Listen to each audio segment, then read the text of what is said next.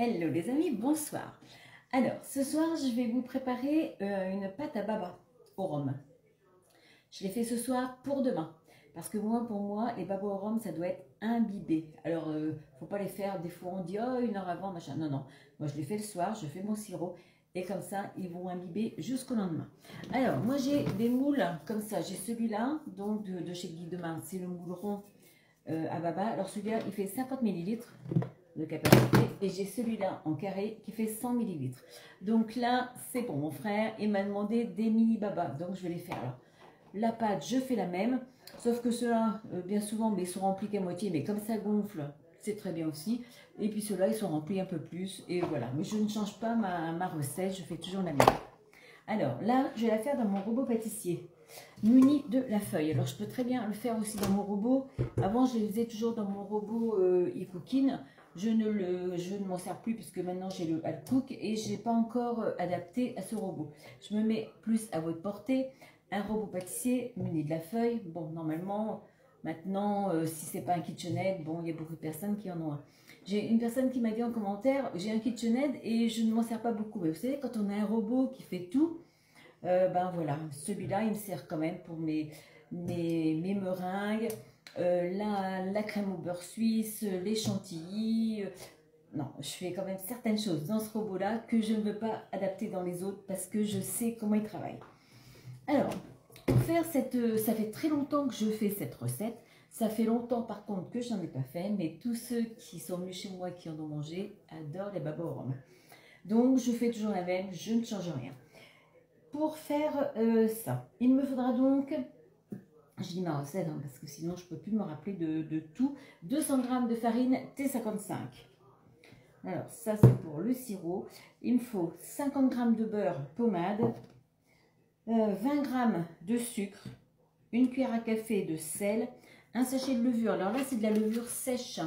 Donc, moi, c'est un sachet de 11 g. Si vous mettez du briochin, il me semble qu'il doit faire 5 g le briochin. Donc, il en faudra 2.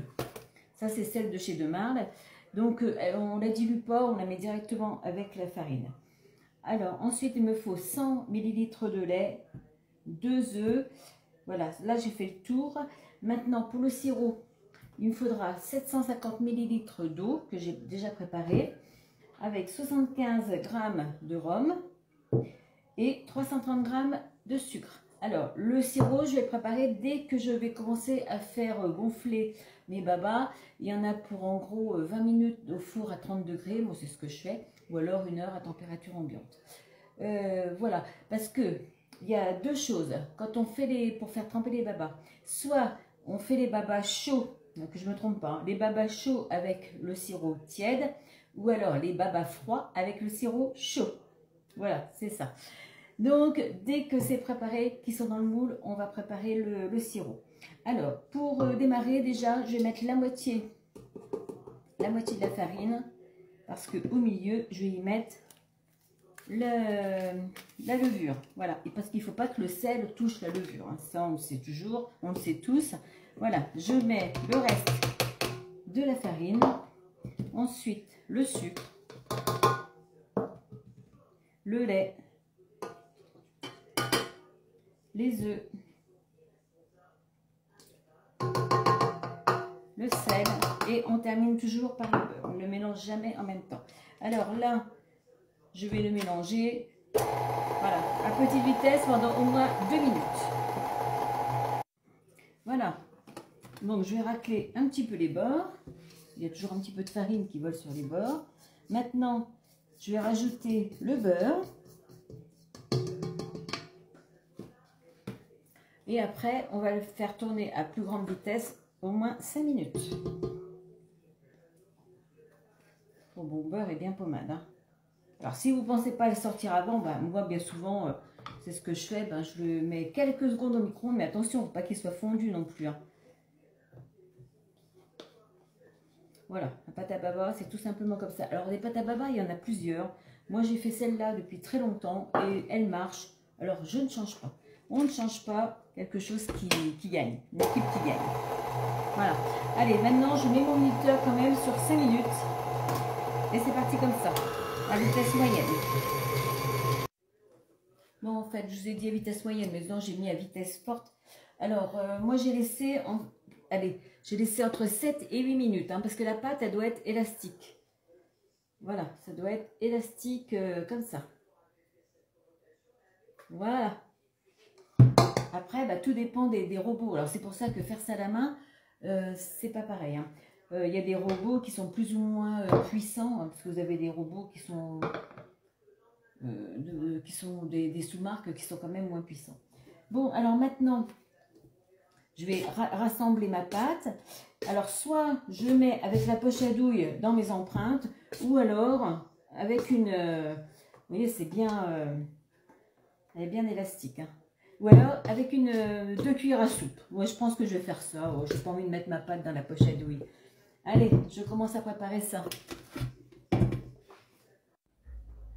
Bon, ma pâte est tellement élastique que c'est un peu galère. Mais bon, allez, ça y est, j'ai réussi à mettre presque tout. Alors après, je vais bien l'étaler dans les trous. Avec, je vais mettre un petit peu de farine sur les doigts. Puis je vais bien finir de l'étaler autour du petit bitonio. Voilà, il y a de la pâte dans toutes les empreintes. Allez, j'égalise le tout.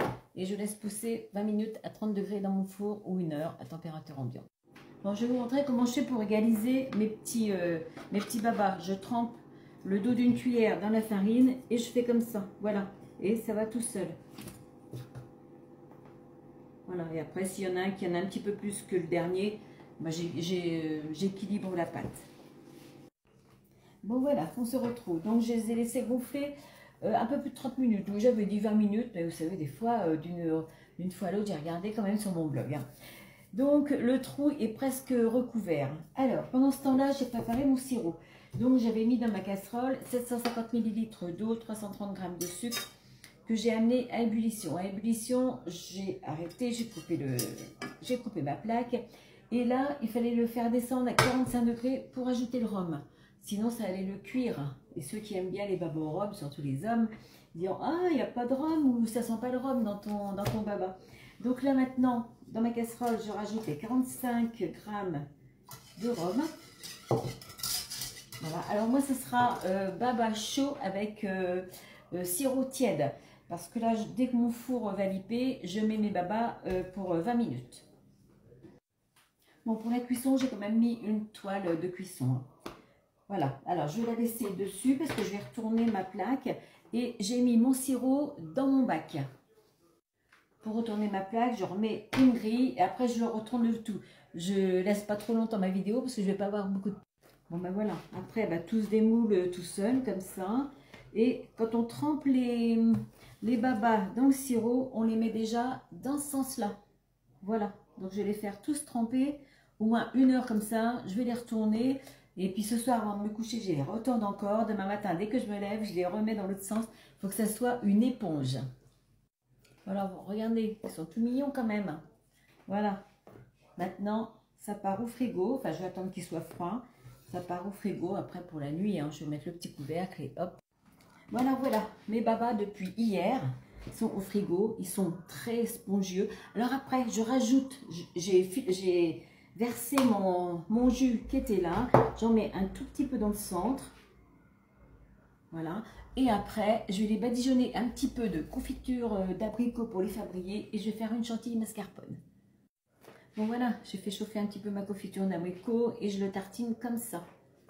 Voilà, alors bon, ça va peut-être pas trop se voir à la vidéo, mais les 2 premières rangées, il y a de la confiture et pas la dernière. Voilà, ça brille quand même un petit peu. Bien sûr, vous pouvez prendre aussi de la gelée de coin, de la gelée de pomme, enfin ce que vous voulez. Allez, je fais une petite chantilly, je pense 125 g de mascarpone et 100 ou 125 g de crème liquide. Bon alors voilà, mes petits babas sont finis. Alors la chantilly, impeccable, 250 g dans tout, 125 de mascarpone, 125 de crème liquide et j'ai mis un petit cœur de myrtille sur le dessus. Alors, que pensez-vous de mes babas? Ils sont pas beaux? Bon voilà, ils sont prêts pour la photo. Bon, avec les babas, on rajoute les Paris-Brest et des petits fondants au chocolat. Voilà. Et il y avait un 3 chocolat qui est déjà parti. Allez, à bientôt. Bon week-end.